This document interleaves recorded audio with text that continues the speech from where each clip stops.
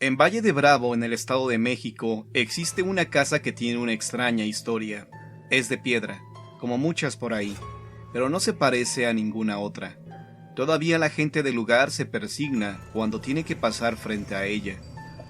Nuestra historia comienza hará unos 20 años, cuando Rolando Trigos decidió hacer realidad su sueño de tanto tiempo y comprar una casa en Valle, donde podría ir los fines de semana con su esposa, Marixa, y sus dos hijos, Mauricio y Rolando Jr. Buscando por su cuenta, se fijó en aquella casa abandonada, de la cual colgaba un oxidado letrero de "Se vende". Le llamó la atención el hecho de que la gente se hiciera cruces al pasar frente al zaguán. Preguntando, le dijeron que en aquella casa se había cometido un crimen y que estaba embrujada. La gente decía que un hombre avaro, muy rico, había sido asesinado por sus sirvientes para robarle una olla de oro que, según rumores, tenía escondida ahí. Pero los sirvientes murieron en circunstancias misteriosas sin encontrar nada, y el heredero de la propiedad, un pariente lejano que vivía en Estados Unidos, la había puesto a la venta, sin éxito hasta el momento. La gente juraba que se oían ruidos extraños en esa casa y que a veces algún trasnochador había visto merodear por ahí al espectro de un hombre viejo que traspasaba el muro de piedra y entraba en el lugar.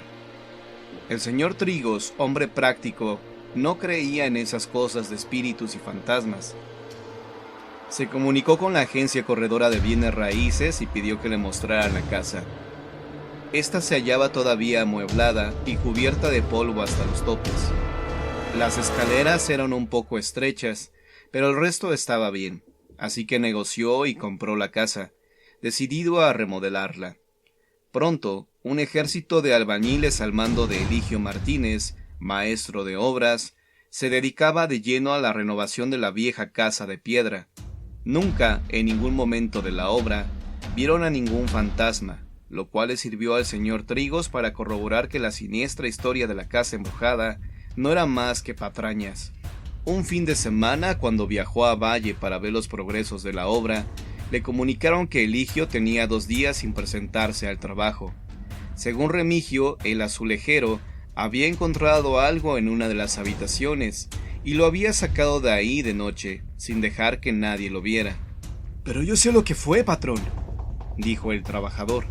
«Fue la olla de oro del avaro». «Por favor, Remigio», exclamó el señor Trigos, «no me salgas con eso». El azulejero se limitó a indicarle que lo siguiera.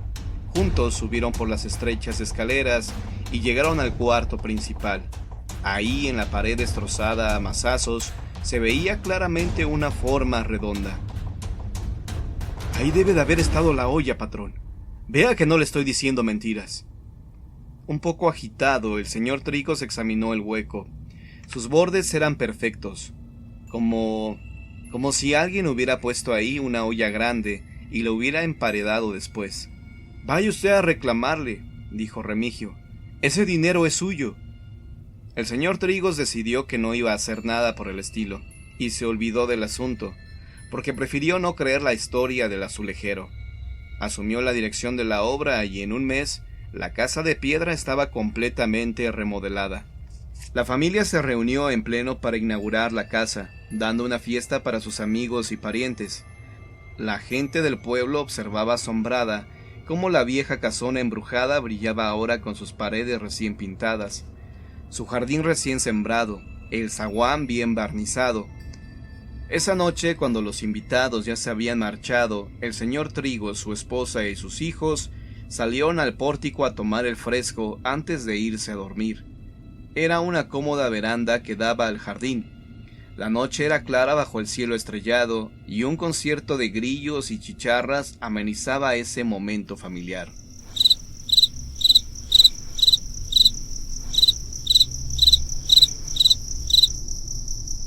«¿Cómo voy a creer que dicen que esta casa está embrujada?», comentó el señor Trigos, encendiendo un cigarro. «Pero, ¿y la olla que encontraron, papá?», preguntó Rolando Jr. «No nos consta que hayan encontrado ninguna olla, querido», dijo Marisa, la madre. De pronto, los insectos se enmudecieron y la noche cayó en un silencio pesado. «¿Qué pasa?», volvió a preguntar Rolando Jr. Debe de haber algún animal por aquí, respondió su padre. Los insectos se callan cuando se sienten amenazados. Papá, un señor acaba de entrar por la pared, dijo el pequeño Mauricio, señalando hacia el muro de piedra que colindaba con la calle, cubierto ahora por una exuberante bugambilia. La familia miró hacia el sitio indicado, pero todo lo que pudo ver fue una tenue neblina levantándose del césped. Mauricio, no digas mentiras, regañó su madre al niño. No son mentiras, lo vi. Era muy viejo y se veía como enojado, se defendió el pequeño. En ese momento el padre de familia dio por terminado el asunto, proponiendo que se fueran a dormir. El comentario del niño había estado muy cercano a la descripción del espectro que la gente le había dado y que el pequeño no conocía, cosa que causó en el señor Trigos una leve inquietud. Quizá uno de los albañiles se lo contó, pensó el hombre, y sin reflexionar más, dio por buena esta explicación. La noche se volvió fría. Después de acostar a los niños, Marixa entró al cuarto que compartía con su marido. Lo encontró mirando por la ventana y lo abrazó por la cintura. ¿Contento? Más que nunca, dijo él estrechándola. Abajo en el jardín, la tenue neblina comenzó a tomar forma. La luz de la habitación del matrimonio Trigos se apagó. Una hora más tarde, fueron despertados por gritos aterrorizados. ¡Auxilio! Se levantaron presurosos y en unos segundos cruzaron el corredor que los separaba del cuarto de los niños. Rolando Jr. estaba pegado a la pared, blanco como una hoja de papel, mirando impotente a la cama de Mauricio, que se sacudía violentamente, mientras el niño, aterrado, hacía lo posible por no caer. El señor Trigos se precipitó hacia la cama y arrancó a su hijo de ahí. En cuanto lo hizo, volvió la calma. La familia se reunió en un rincón del cuarto y Mauricio dijo con un hilo de voz: «Fue el fantasma, papá. Te lo juro, él movió mi cama». Quizá por primera vez en su vida el señor Trigos se quedó sin palabras. No había una explicación racional para lo que acababa de suceder. Sorpresivamente, cuando menos para él, fue su esposa quien tomó cartas en el asunto. «Espectros, déjenos en paz. No vuelvas a tocar a mis hijos», gritó mientras su esposo la miraba asombrado. «Marixa, ¿no vas a creer que...?» En ese momento, una de las ventanas que según el señor Trigos había cerrado perfectamente, se abrió con violencia.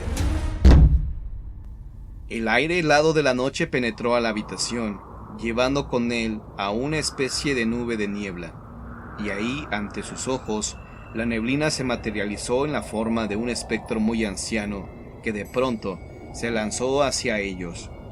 El espectro los atravesó, una corriente fría y húmeda que pasó como un fragmento de pesadilla para perderse en el muro posterior. Hoy, 20 años después, la familia Trigos sigue yendo a su casa de piedra. Todos han visto al triste fantasma del avaro subir por las estrechas escaleras, entrar por el muro del jardín, desaparecer en las paredes como una sombra. Nunca más se ha portado violento. Ellos han aprendido a convivir con él, y ya no les importa que la gente, al pasar por la casa de piedra, se siga santiguando. Pero, ¿qué fue de Eligio, el maestro de obras? Poco después de estos eventos se convirtió en un acaudalado prestamista. El pueblo murmuraba que el oro que encontró en la casa de los Trigos lo había hecho rico. 2 años más tarde, durante una tormenta, un rayo atravesó a Eligio, matándolo instantáneamente y liberando de deudas a toda la gente que le debía. El pueblo dice que fue el justo precio por haberse apropiado de un dinero que no le pertenecía.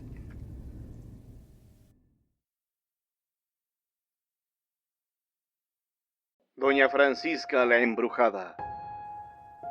Que nadie ose negar la existencia de poderes diabólicos y sobrenaturales que sustentan del alma y cuerpo humano. La maldad y hechicería son hijas del demonio y las sombras de la noche. Sí, este suceso ocurrió en el siglo XVI. Aquí en nuestra capital nos habla de un caso de hechizo diabólico y perverso. Sé que algunas personas dudarán de estos poderes, sin embargo, Deben de saber que en México y en otros países aún sigue practicándose la hechicería. Retrocedamos al año 1554, a plena mitad del siglo XVI, y veamos en una visión retrospectiva esta casona y esta calle que se llamara de la Cadena.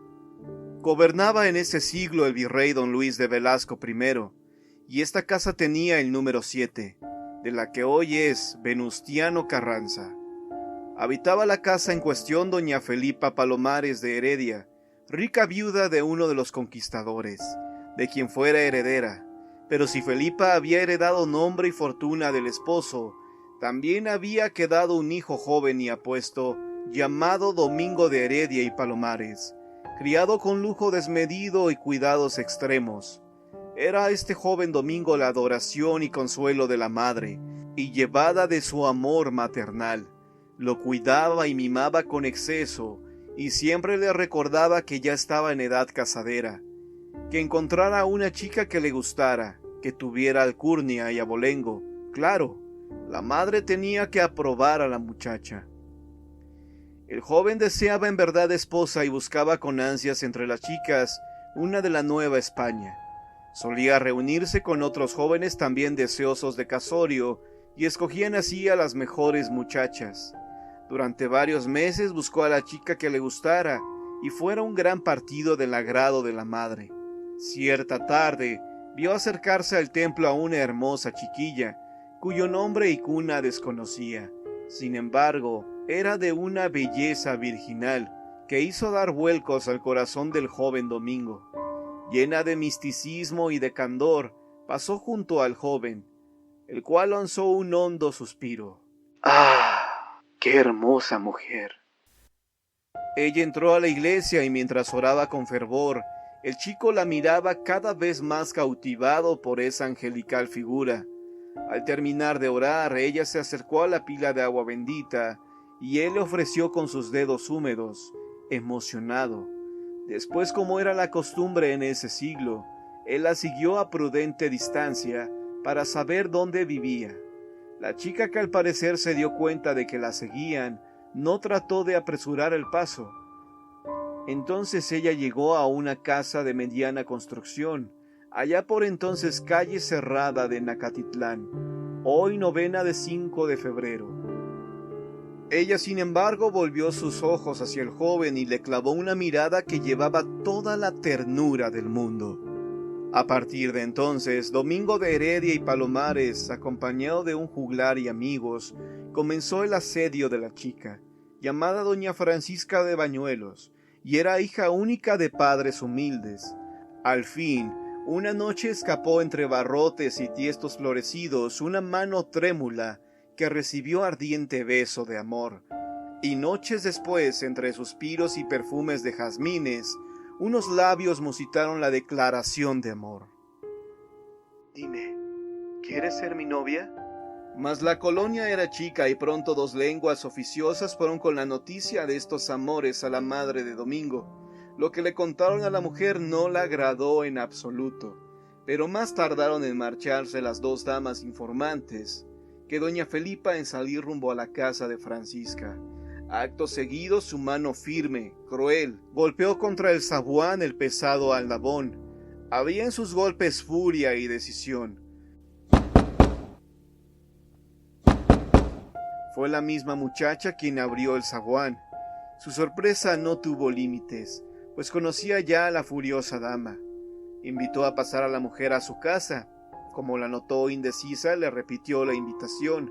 Entonces la dama empezó a hablar, comunicándole que no volviera a ver a Domingo, pues ella era una plebeya, sin nombre ni fortuna, y que su hijo la iba a obedecer sin reclamos. Pero qué equivocada estaba. En ese momento apareció el joven, y ante el asombro de Felipa, que jamás había visto a su hijo en tal actitud, el joven defendió su amor y autonomía. Furiosa, la madre se fue, mientras los dos jóvenes ratificaban su amor y sus deseos de casarse. Pero cuanto más mostraba su decisión por casarse con Francisca, doña Felipa sufría más y más, llenando su dolor con lágrimas amargas. En su loca desesperación por evitar la boda de su hijo, doña Felipa supo la existencia de una bruja tan poderosa como temida, y fue a verla, ansiosa por lograr por medio de siniestros maleficios el alejamiento de los enamorados. Se apresuró a buscar a la bruja en su jacal. La hechicera la recibió como si supiera a qué iba la dama. Esta le explicó su caso a aquella mujer, quien le prometió tenerle la solución para el jueves, y la angustiada Felipa le pagaría con largueza. Esa misma noche, Domingo y su madre tuvieron otra discusión con respecto a la decisión de él de casarse con Francisca, pidiéndole aguardar hasta el viernes. La noche del jueves, doña Felipa fue en busca de la bruja, quien le reveló un plan siniestro y de venganza, el cual consistía en que ambos jóvenes se casaran y después darle un diabólico presente a Francisca, que la iría matando poco a poco. Aún sin salir de su incredulidad, los jóvenes se casaron y fueron recibidos muy bien por doña Felipa. Pronto se dieron cuenta de que si la chica no era de linaje, su belleza y dones espirituales sobrepasaban cualquier deseo. A esas mismas horas, en la laguna de Macuitlapilco, la bruja celebraba un diabólico rito con un ánade, una especie de patito.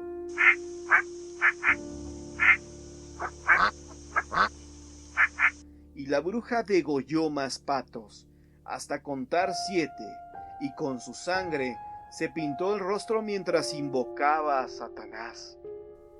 3 días después, cuando todo era dicha y felicidad entre los recién casados, se presentó muy amable doña Felipa, la cual le dio aquel presente a su nuera, que era un cojín de plumas muy bonito, relleno de aquellas plumas de pato. Desde esa noche el cojín de terciopelo fue la almohada donde reposaba su cabeza la ingenua Francisca. Pero he aquí que desde el día siguiente la joven se levantó de la cama con un extraño malestar, dolor de cabeza, mareos. En efecto, corrieron ante doña Felipa, a quien le contaron el extraño malestar con que había amanecido la hermosa recién casada. Pero ni cuidados ni descansos fueron suficientes. Día con día se sentía Francisca desmejorada y pálida. De fresca y lozana habíase tornado paliducha y débil, y su alegría había desaparecido para dar paso a una honda tristeza. Pero a medida que pasaron los días, la muchacha se sentía peor. Ya su rostro desencajado era cadavérico, y Domingo, viendo el estado de su esposa, llamó al médico, que desde luego examinó a la enferma, para rendir un diagnóstico que no fue nada bueno, pues la pobre mujer presentaba el aspecto de los presos de las galeras y mazmorras. La preocupación por Francisca no fue infundada. Antes de 6 meses, había muerto, víctima de aquel extraño mal. Una vez enterrada, Domingo se encerró en su alcoba días y días. Apenas si comía lo que tomaba de la cocina por las noches, y se negó a dejar entrar a su madre, que fingidamente trataba de consolarle. Sin embargo, al joven le pesaba enormemente la muerte de su amada, regando su lecho con su llanto, e hizo entonces un santuario en su alcoba, y besó los lugares que ella tocaba, y durmió sobre aquel maldito cojín de terciopelo rojo. Una de esas noches, Domingo se despertó sobresaltado, al sentir la presencia de algo sobrenatural junto a su lecho. Surgió entonces de entre las sombras de la alcoba la visión más horrenda que pudieran contemplar ojos humanos. Era doña Francisca descarnada, que había venido de ultratumba a advertirle del cojín embrujado, el cual provocó su muerte, chupándole la vida poco a poco, hasta llevarla a la tumba, y decirle que las autoras del crimen habían sido su madre y la bruja. Antes de que el horrible fantasma se diluyera entre las sombras, Domingo le hizo un juramento, que era vengar su muerte. Entonces, el muchacho salió a hurtadillas de la casa y se dirigió a hacer la denuncia ante el Santo Oficio, que esa misma tarde se presentó a la casa. De un tajo fue roto el cojín de terciopelo rojo, cayendo al suelo extrañas plumas de ánade. Lo espantoso fue que a la hora de oprimir el cañón de las plumas, se escapó un líquido rojo, que era sangre humana de Francisca de Bañuelos, y al ver las plumas caídas en el suelo, se comprobó que se movían como serpientes, como impulsadas por una satánica fuerza. Domingo pisó aquellas plumas hasta que la sangre que contenían formó extenso charco. Tratando de hallar piedad por su acto criminal, doña Felipa cayó de rodillas ante el fraile. Sometida a torturas crueles, doña Felipa reveló el sitio donde se hallaba la bruja. De ahí la sacó el Santo Oficio. Cabe decir que aunque establecido el Tribunal de la Fe hasta 1571, los castigos contra brujas y herejía se practicaban ya en la Nueva España, y que estos juicios se celebraban en forma rápida y expedita. Los acusados eran encarcelados tras el juicio y después conducidos a la horca o a la pira. En un juicio sumario se condenó a ambas mujeres a morir quemadas en la entonces plaza de Santo Domingo. Doña Felipa de Heredia y la bruja, cuyo nombre real jamás se supo, fueron atadas a los postes y, según rezaba la sentencia, fueron quemadas en leña verde.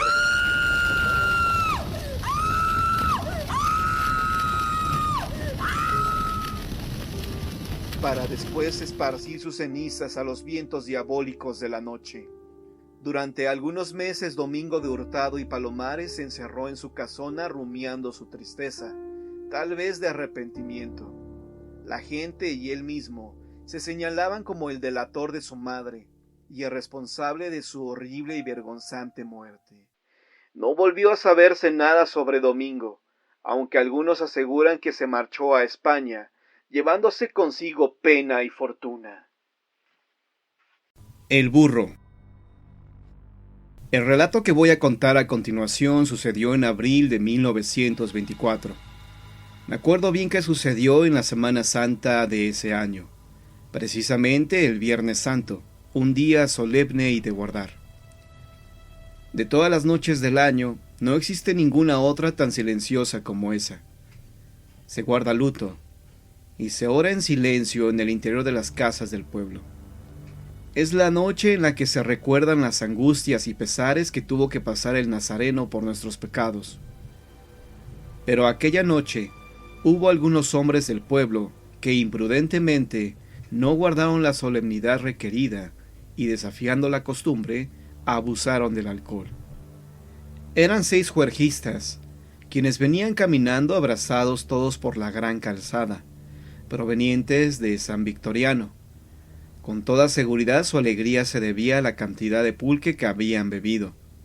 Y es que el mejor de los pulques de la región lo elaboran ahí, en San Victoriano. Y es verdad que después de tomarse el primero, cuesta trabajo no pedir más. Ellos venían haciendo escándalo, cantando muy desentonados canciones de borrachera, quebrantando el silencio de aquella noche. En determinado momento pareció que no podían caminar más, y detuvieron sus pasos. Permanecieron todos abrazados, tambaleándose y deteniéndose unos a otros. De pronto, junto a ellos caminó un burro, que debo confesar no vi venir, pero parecía que venía detrás de ellos. La bestia de carga parecía confundida, era como si se hubiera extraviado, pues traía las riendas arrastrando. Ellos permanecieron mirándolo, y el burro se detuvo justo enfrente de ellos. A uno de ellos le vino a la mente la idea de montarlo para dirigirse hasta sus casas, y pronto les comentó su plan a los demás, a quienes les pareció muy acertado llevarlo a cabo. Entonces, el que tuvo la ocurrencia, tomó las riendas y montó al burro sin muchos problemas. Enseguida, el segundo subió con dificultad, teniendo que ser asistido por los demás. Luego subió el tercero, y el cuarto en turno miró detenidamente la escena, y dijo que no cabrían todos, pero fue alentado por sus compañeros de juerga a subir. Subió con mucha dificultad, pero logró su cometido, y entre risas y burlas subieron el quinto y el sexto también. Acto seguido el burro comenzó a caminar. Por increíble que parezca, cupieron los 6 hombres en el lomo del burro, y yo, sin poder creer lo que miraba, abrí grandes mis ojos para observar lo que pudiera suceder. Para ese entonces yo ya estaba muy asustado, porque el burro parecía haberse alargado para que aquellos imprudentes hombres cupieran. Es verdad lo que digo, no era ninguna alucinación lo que estaba contemplando. Permanecí observando aquel misterio, mientras los hombres, sin darse cuenta de lo largo que era el burro, iban entonando canciones y diciendo malas palabras. El burro caminó unos cuantos metros con un paso torpe, pero se detuvo a la entrada del pueblo fatigado, y se negó a seguir caminando. Entonces, aquellos hombres enfadados comenzaron a agredirle dándole golpes en los costados con sus pies, y el último de ellos le jaló la cola. El burro resistió un par de minutos la ira de los 6 borrachos cuando de repente, un rebuznar aterrador hizo eco en aquel pesado silencio de la noche. Giró su cabeza hacia atrás el burro, y su rostro se había modificado por el de un aterrador animal. Yo lo vi, y quedé paralizado, mudo del espanto porque sus dientes eran muy grandes, tanto que le deformaban el hocico. Sus orejas levantadas y puntiagudas le daban un aspecto aterrador. Apenas lo miraron los rostros de aquellos 6 que reflejaban sonrisas, de pronto palidecieron, se abrazaron unos a otros y gimieron del espanto. En el mismo momento el burro se descontroló, reparaba y lanzaba patadas violentas mientras rebuznaba, y aquellos infelices hombres parecían morirse del miedo. Pero no duró tanto tiempo su tortura, porque ante las violentas sacudidas fueron cayendo del lomo del burro uno a uno. El último en subir fue el primero en caer, y se golpeó sin piedad en las piedras lisas de la calle empedrada, quedándose en el suelo inmóvil. El segundo fue lanzado con tanta energía que se impactó sobre la pared de una casa, quedando tendido y sin sentido.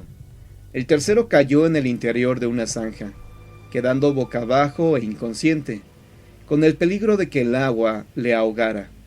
El cuarto se golpeó en una cerca de piedra que estaba en la entrada del pueblo. El quinto fue lanzado con tal rigor que golpeó su cabeza con el grueso tronco de un árbol.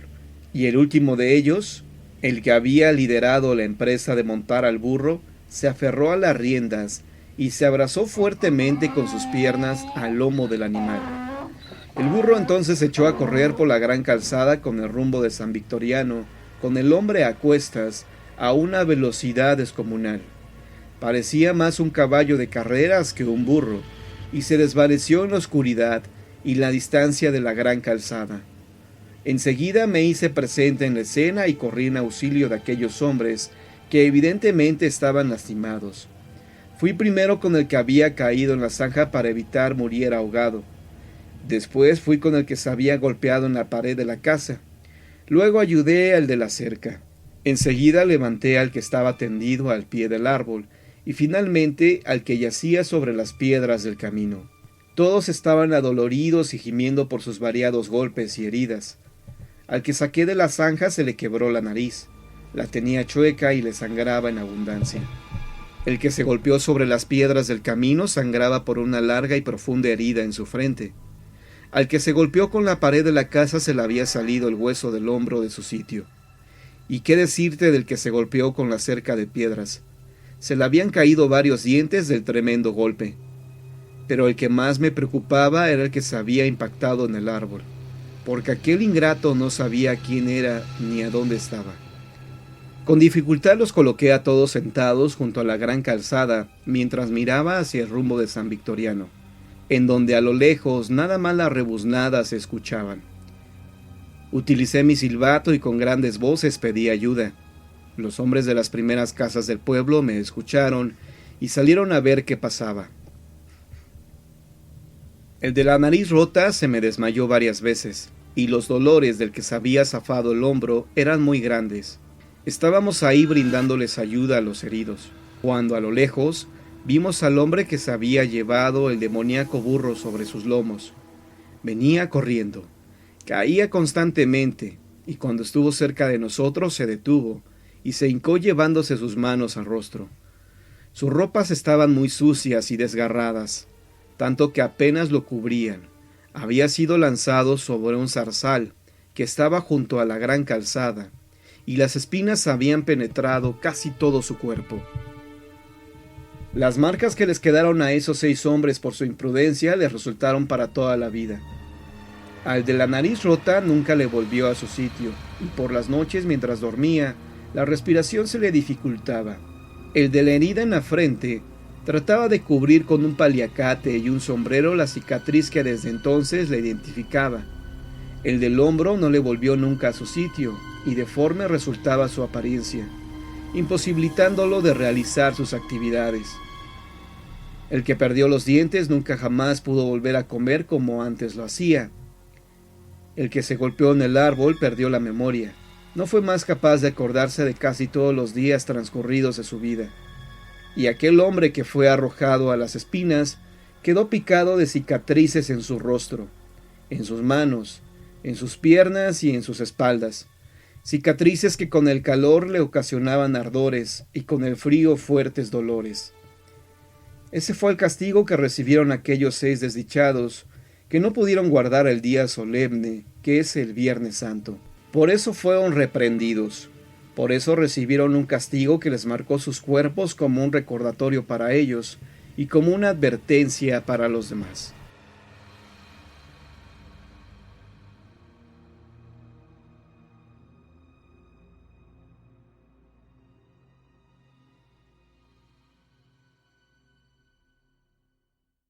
Silvia, joven provinciana originaria de una zona rural del centro del país, emigró a Estados Unidos para trabajar convencida de que ahí se encontraba su futuro. Para hacerlo, tuvo que desafiar a su madre, a quien le disgustaba la idea, pues su hija apenas había cumplido 19 años. El 10 de enero, Silvia llegó a casa de su primo David, quien llevaba 10 años residiendo en el lugar. Pronto, Silvia logró colocarse como empleada doméstica con una familia formada por los padres y 2 hijas adolescentes de nombre Lisa y Fanny. Silvia constantemente tenía roces con las hijas, ya que ellas tenían ideas racistas a las que la joven trató de no darles importancia. Al paso de los meses conoció en detalle el estilo de vida de la familia, con el cual no estaba muy de acuerdo. Sobre todo le preocupaba que las hijas casi todas las noches realizaban rituales extraños en sus habitaciones. Cierto día, Lisa y Fanny se fueron como de costumbre al colegio, y Silvia se dispuso a arreglar su habitación como todas las mañanas. Pero esa ocasión fue especial. La joven encontró en el piso 3 muñecos de trapo con alfileres, y como estaban en el piso, creyó que ya no servían y los tiró a la basura. Un gran problema se originó cuando las colegialas regresaron y no encontraron sus misteriosos muñecos, más cuando se enteraron de que Silvia los había arrojado a la basura. No quisieron acusarla con sus padres, pues no deseaban que se enteraran de sus actividades de brujería. Optaron por amenazarla, advirtiéndole que se iba a arrepentir de lo que había hecho, pues una maldición muy fuerte caería sobre ella. Silvia, aunque se atemorizó, trató de olvidar las amenazas y continuó trabajando. Pasaron varios días. Una noche, cuando se disponía a dormir, tuvo un horrendo sueño. Experimentó la situación más espantosa de su vida al sentirse violada por un monstruo mitad hombre y mitad macho cabrío que con voz cavernosa le dijo: «Eso querías, maldita. Ahora serás mía y pagarás por tu error». Amanecía cuando Silvia despertó sobresaltada y sintió que los órganos genitales le dolían mucho, y entonces se alarmó al darse cuenta de que en su ropa interior aparecía una enorme mancha de sangre. Sin saber qué hacer, desconcertada, se dedicó a su trabajo, pero la actitud de Lisa y Fanny hacia ella cambió. Esa mañana se sentaron a la mesa para desayunar las hijas de sus patrones, quienes soltaron unas risitas sarcásticas. Lisa le dijo: «¿Te gustó, verdad? Ya sabemos que te conseguiste un amante». Y las dos se echaron a reír. Silvia no soportó más. Se dirigió a su cuarto y se echó en la cama a llorar desconsolada. Pasaron los días y Silvia no lograba superar la impresión que le había causado la traumática vivencia. y no se atrevía a contarla a su primo o a la familia, pues estaba segura de que no le creerían. Para completar la serie de desgracias que vivía, su ciclo menstrual no llegó cuando lo esperaba, cosa en lo que el cuerpo de la joven había sido siempre muy exacto. 2 semanas más tarde, Silvia cayó desmayada a lavar ropa y sus patrones la llevaron con un médico, que luego de practicarle unos exámenes, dictaminó que Silvia esperaba un bebé. La joven trató de explicar lo sucedido la noche terrible y mencionó que por lo demás, ella era virgen, pero todo fue inútil.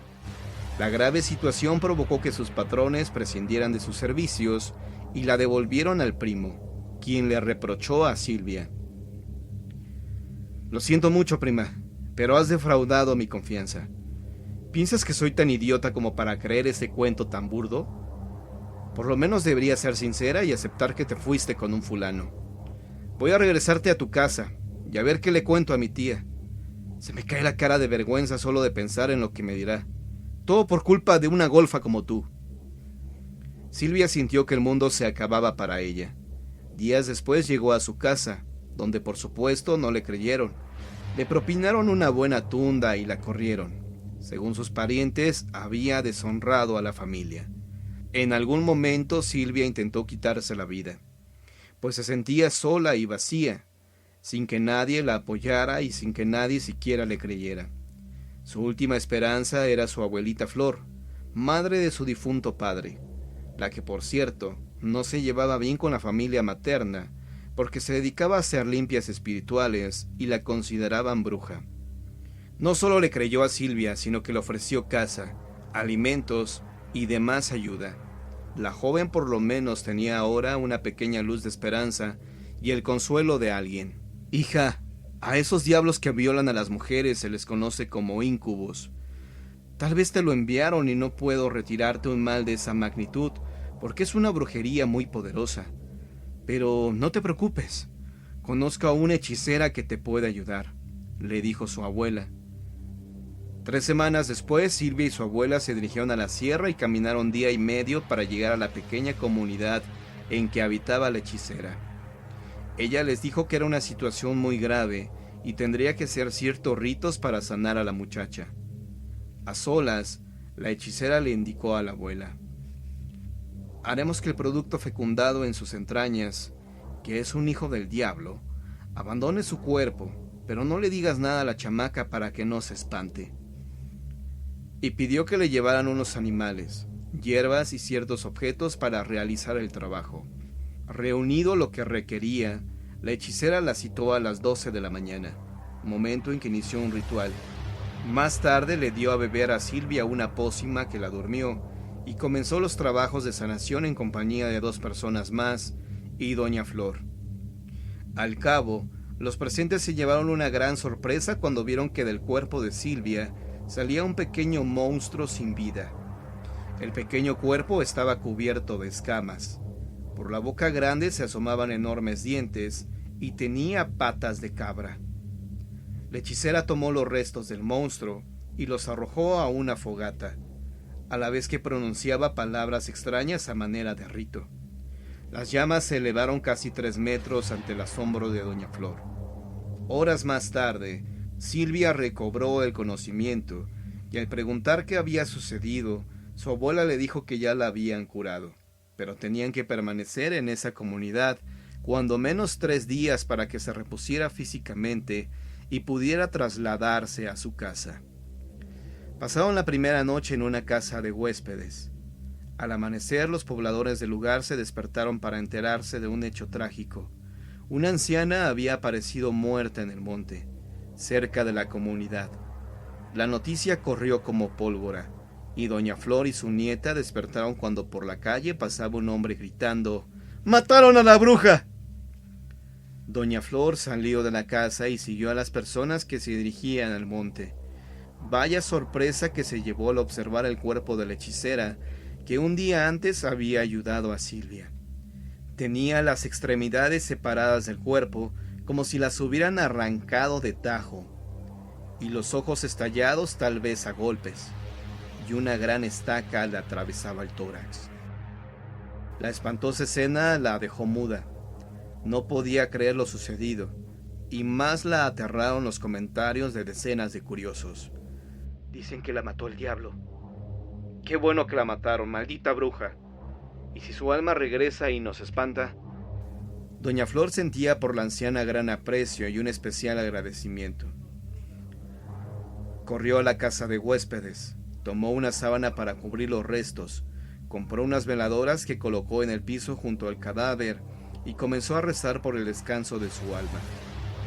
Los vecinos se negaron a rezar, explicando que no lo hacían porque la bruja era hija del mal. Más tarde doña Flor le dijo a su nieta que la hechicera había muerto, pero nunca le detalló en qué circunstancias. A la abuela le quedó la duda de si esa muerte había sido consecuencia de la expulsión del ser monstruoso que su nieta engendraba. Quizá nunca lo sepa a ciencia cierta. A la semana siguiente, doña Flor y Silvia volvieron a su casa, pues al parecer la pesadilla había terminado. Así vivieron unos meses, hasta que una tenebrosa noche de lluvia y tempestad, Silvia sufrió otro ataque del ser que hacía meses la había violado. Hoy, Silvia se encuentra de nuevo embarazada, y ni ella ni su abuela saben cómo terminará el infierno que las atormenta. La casa deshabitada. Aguascalientes. Luis Montelongo es un amigo y colega de Aguascalientes, un destacado investigador que a lo largo de los años ha recorrido diferentes regiones del país, siempre en busca del mejor caso de actividad sobrenatural, y ha sido en su tierra natal donde encontró el caso más impactante de su carrera, mismo que ha tenido la cortesía de compartir conmigo para incluirlo en este libro. La noche del 25 de marzo del año 2015 acudimos, por invitación de la familia González, a una casa ubicada en la calle Lagos de Moreno, en la colonia Soledad en Aguascalientes. Esta construcción en obra negra es famosa por los fenómenos sobrenaturales que ahí se registraban. La construcción está completamente bardeada y protegida por barandales y portones de gran altura. La superficie de su terreno es de 50 metros por lado. La casa está completamente techada, pero sin enjarre en las paredes y sin pisos de cemento. Lo que más llamó mi atención al llegar a ese lugar fue que varias casas cercanas estaban vacías e incluso algunas tenían letreros de "se vende". Intrigado, entrevisté a algunos de los vecinos que aún vivían en las proximidades de la propiedad. Los relatos de varios de ellos coincidieron. Apenas caía la noche, los sonidos comenzaban. Gritos, lamentos, gemidos, una especie de letanía en un idioma extraño que nadie lograba reconocer. Y quizá lo peor del caso, la figura de un monje que recorría esa casa en obra negra y varias de las casas cercanas, justo a las que estaban vacías. Mientras continuaba con las entrevistas a los vecinos, se acercó a mí un hombre llamado Martín, quien dijo ser el albañil maestro encargado de la construcción de la casa, motivo de la investigación, y que de acuerdo a los datos recabados, había la certeza que la casa estaba poseída.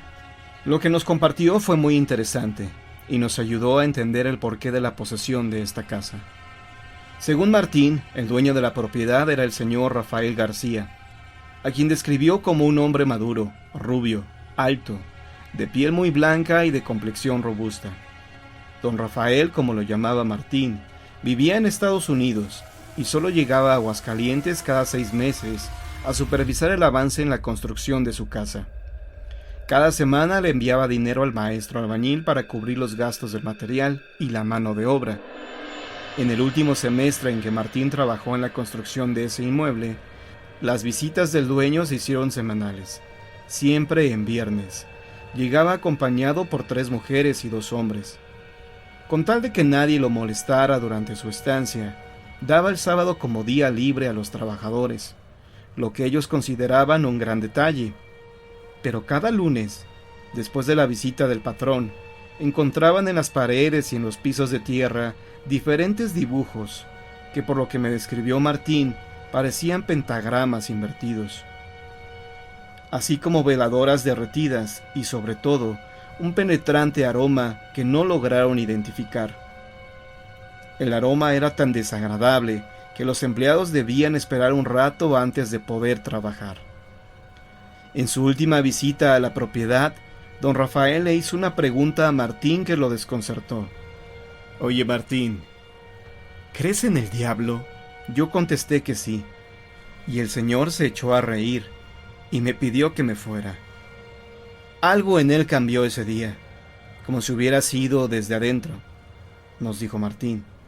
Intrigado, Martín ya estaba camino a su casa, pero notó que había dejado su reloj en la construcción, un regalo de bodas de su esposa. Debía regresar por él, si no hasta el lunes podría recuperarlo y no se salvaría de la furia de su mujer. Ya era noche cuando llegó a la construcción. Estaba por entrar cuando notó el brillo de unas luces dentro de lo que sería la sala. Se detuvo y con sigilo espió desde lejos y vio a 6 personas con túnicas y capuchas moviéndose en círculo tomados de la mano. Mascullaban algo que obviamente no lograba entender, ni sabía si se trataba de algún otro idioma. El albañil se dejó dominar por el miedo y decidió marcharse sin su reloj. Martín y los demás albañiles regresaron el lunes al trabajo y encontraron lo mismo. Dibujos en las paredes, estrellas encerradas en círculos y algunos objetos que no logró identificar, pero que decidió guardar por si su patrón se los pedía. El viernes de esa semana, don Rafael no llegó a la hora acostumbrada, y Martín decidió llamarlo para saber de él. Le contestó una mujer, y en un pésimo español le dijo que Rafael había muerto. La noticia tomó absolutamente desprevenido a Martín, quien ante la falta de recursos decidió detener la obra. Pocos días después de suspendida la obra, en la colonia, se desató una serie de robos a casas habitación. Martín decidió ir a cuidar la casa y los diferentes objetos que en ella había, pues temía que si se robaban las cosas, alguien pudiera responsabilizarlo a él. Una de esas noches se fue la luz en toda la colonia. Martín llegó a la casa alumbrándose con una lámpara de mano.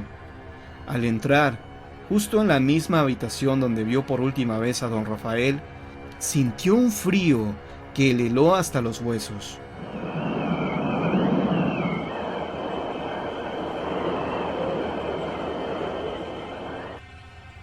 Por un momento fue incapaz de moverse. Inexplicablemente la lámpara se apagó, y así, en completa oscuridad, vio una silueta alta con unos ojos incandescentes que lo miraban. El estado de parálisis causado por la impresión le duró apenas unos segundos, que para él fueron horas. En cuanto las piernas le respondieron, salió corriendo tan rápido como pudo. El albañil jamás volvió a entrar a la casa. A veces, por necesidad, pasaba cerca de ella y el recuerdo lo aterraba. Pronto, el rumor de que en esa casa abandonada se aparecía el diablo se extendió por toda la ciudad. Muchos curiosos se internaban en ella para tener contacto con lo paranormal, pero su estancia nunca duraba mucho después de la medianoche. Hubo incluso quienes terminaron en el hospital por una crisis de nervios. Después de recabadas todas estas referencias, comenzamos la investigación. Entramos a la casa y revisamos detalladamente cada habitación, empezando por la planta baja. No encontramos nada, solo algunos gatos que se habían refugiado en los rincones de la construcción. Cuando subimos al segundo piso a revisar una de las habitaciones, todos, con absoluta nitidez, escuchamos fuertes pisadas que sonaban en el tercer piso y que bajaban por las escaleras hacia nosotros.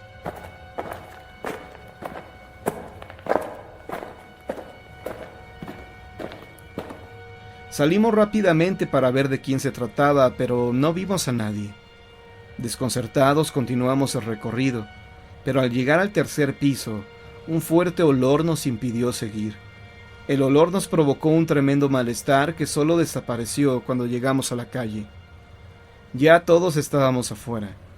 Ahí, mientras nos recuperábamos, tomé algunas fotografías de la fachada desde distintos ángulos. Ya repuestos, nos despedimos de los vecinos que estaban cerca y nos retiramos.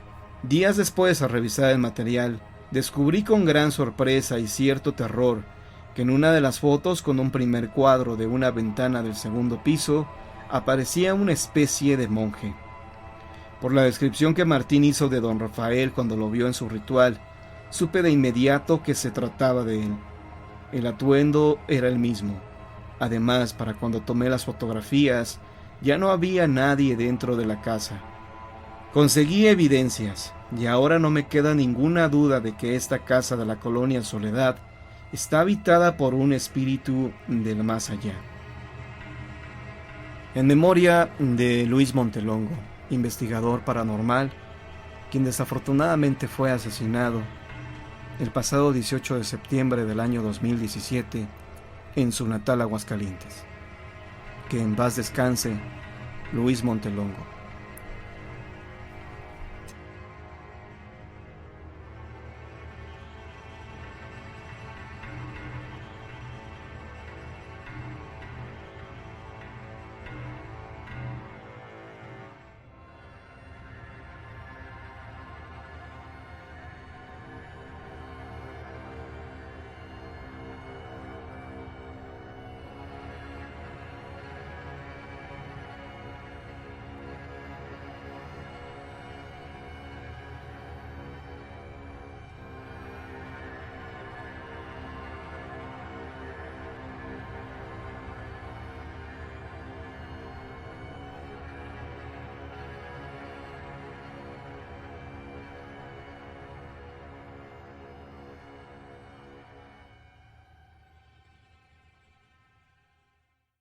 Raúl llegó tarde, muy tarde esa noche a su casa.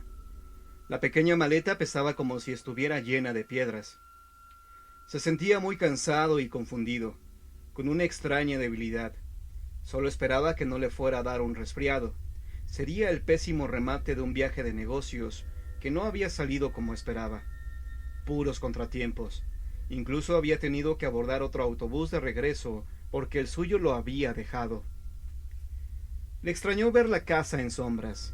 Unas horas antes había hablado con Rita, su esposa, para avisarle a qué hora llegaría, y como siempre que viajaba, le había pedido que no fuera por él a la estación. Rita acostumbraba a esperarlo despierta, con las luces encendidas. Seguramente ella y los muchachos ya estarían dormidos. Ya era casi de madrugada, la parte más oscura de la noche.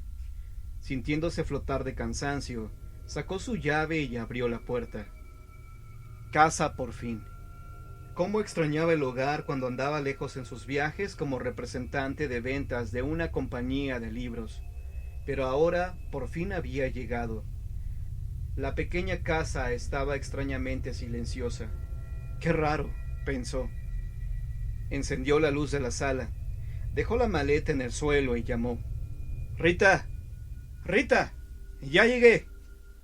Nada, ninguna respuesta. Cada vez más confundido, Raúl se asomó a su recámara. Estaba vacía, el closet abierto, la cama tendida. Qué extraño que Rita hubiera dejado las puertas del closet de par en par, como si hubiera sacado una prenda apresuradamente, y la cama no estaba deshecha, señal de que ella no se había acostado. Cerró el closet y después fue a buscar a sus hijos, Eduardo y Raúl, adolescentes ya y a punto de entrar a la universidad. Ellos tampoco estaban en su cuarto, ni se habían acostado. Las camas gemelas permanecían tendidas. ¿Qué pasaba ahí? Sintió una punzada de preocupación. Sacó su celular y marcó el número de Eduardo, el único que llevaba un teléfono. Lo mandaron al buzón. Después, llamó a casa de su suegra. Nadie contestó. Eso sí que era raro. A doña Mercedes ya no le gustaba salir de noche. El hecho de que no respondiera el teléfono era extraordinario. Y él se sentía tan cansado. Pensó en prepararse algo de cenar, pero descubrió que no tenía hambre ni sed. Se sentó en la sala para tratar de poner su mente en orden. No entendía por qué su familia no estaba en casa. Seguramente había pasado algo, y grave. ¿Cómo averiguarlo? Se le ocurrió llamar a la puerta de los vecinos, pero no eran horas de estar molestando a la gente. No estaba pensando con normalidad. Debía averiguar qué diablos había ocurrido con su familia. Trató de recordar. ¿Era alguna fecha especial? ¿Estarían en alguna reunión? Se resistía a llamar a los hospitales y a las delegaciones de policía, como hace uno en estos casos. Una parte de su mente le decía que pronto descubriría que había un motivo perfectamente razonable para su ausencia. Como respuesta del destino, escuchó la llave en la cerradura.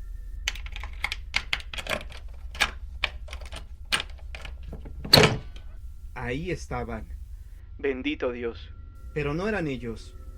La empleada doméstica Isabel entró a la casita. Vaya hora de llegar. Demasiado temprano. Ella, que siempre llegaba tarde. Raúl se incorporó para salir a su encuentro. Ella sabría qué habría pasado. Isabel. La mujer se quedó quieta, mirándolo con los ojos muy abiertos. Isabel, soy yo. ¿Por qué me miras así?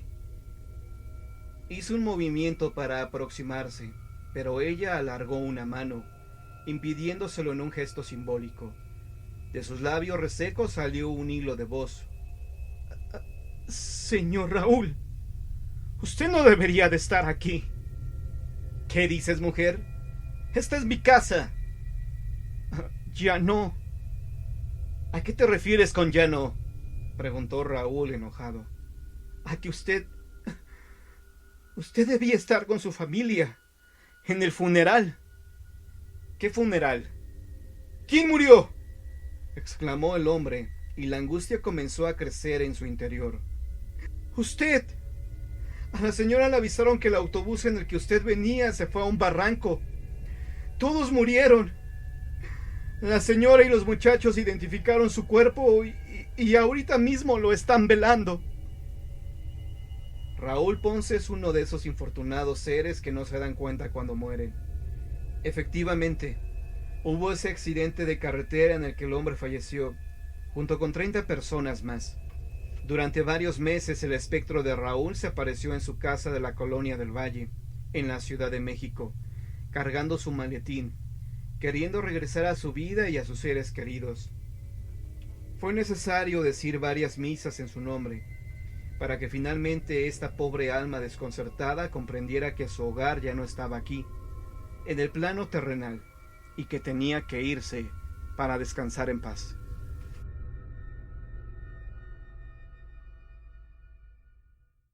Fernando tenía 16 años, y tal y como sucede a esa bendita edad, creía que los espantos, aparecidos y cosas demoníacas eran algo para divertirse un domingo en el cine, o que solo aparecían en los videojuegos. No sin cierta razón. Decía que él le tenía más miedo a los vivos que a los muertos, y se burlaba de la gente que sentía miedo ante lo desconocido. Hasta que un día se encontró en su camino con un tablero Ouija que compró en un puesto callejero, con el fin de divertirse un rato con sus amigos.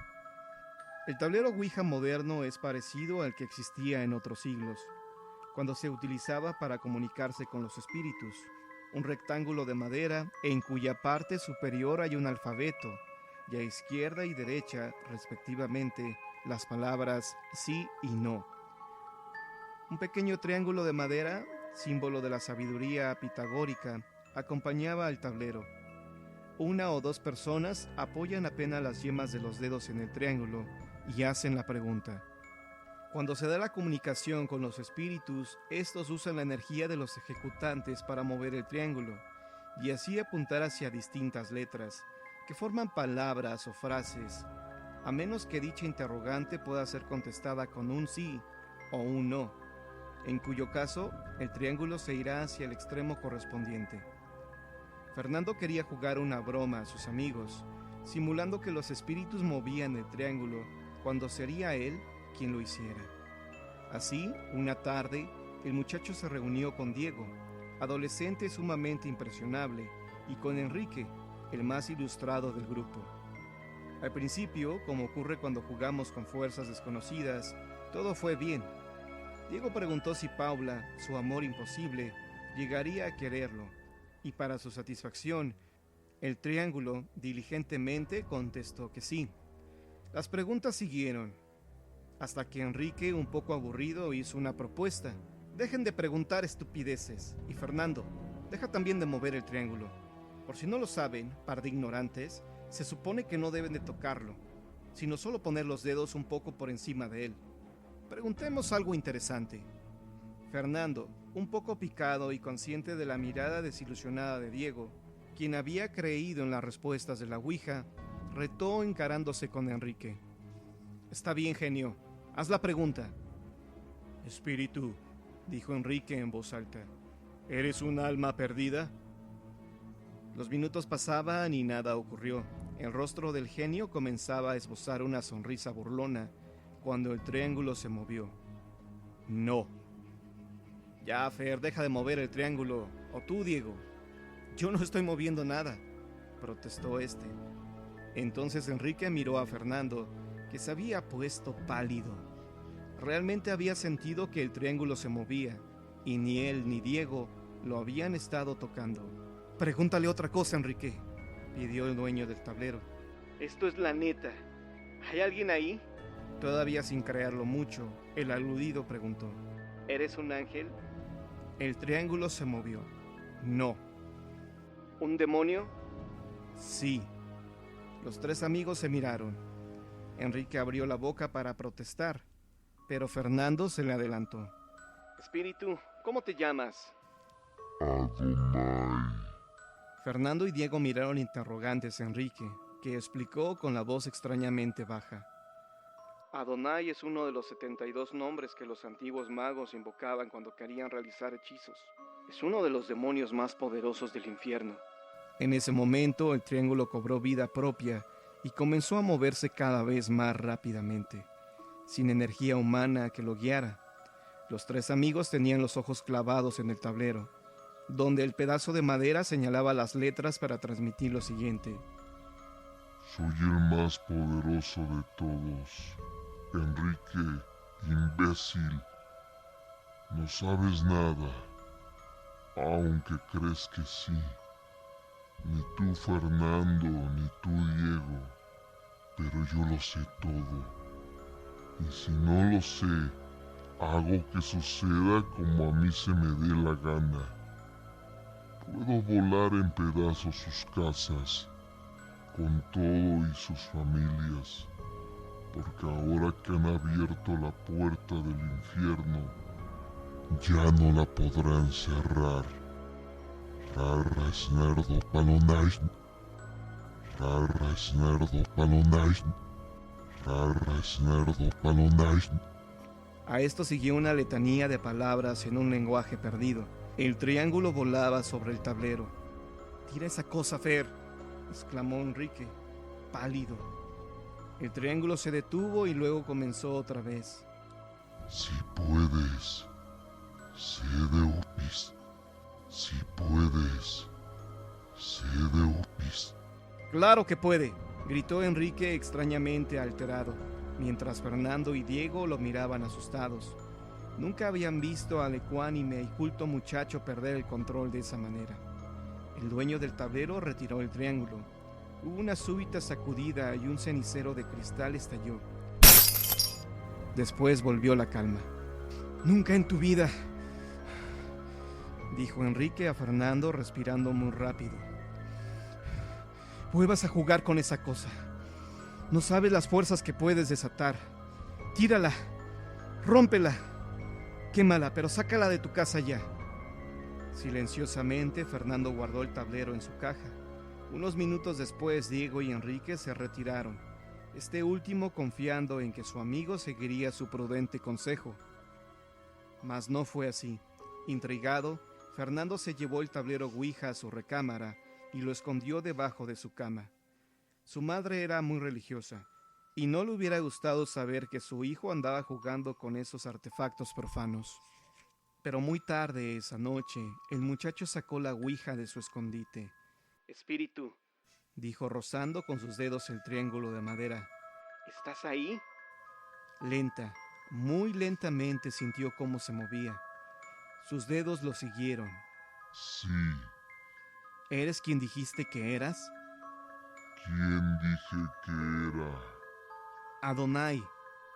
No. «¿Cuál es tu nombre?» Lucifer. Refisul. Fernando retiró las manos del triángulo sintiendo un escalofrío recorrer su columna vertebral. El nombre del príncipe de los infiernos fue demasiado para él. Al día siguiente, el muchacho aventó la ouija en un terreno baldío, que misteriosamente ardió espontáneamente y por completo 2 noches después. Dicen que a veces los espíritus que se comunican a través de la ouija son bromistas y asumen personalidades de demonios para asustar a los incautos, pero otras veces los nombres que el triángulo señala son los verdaderos. Es algo que resultaría muy caro averiguar.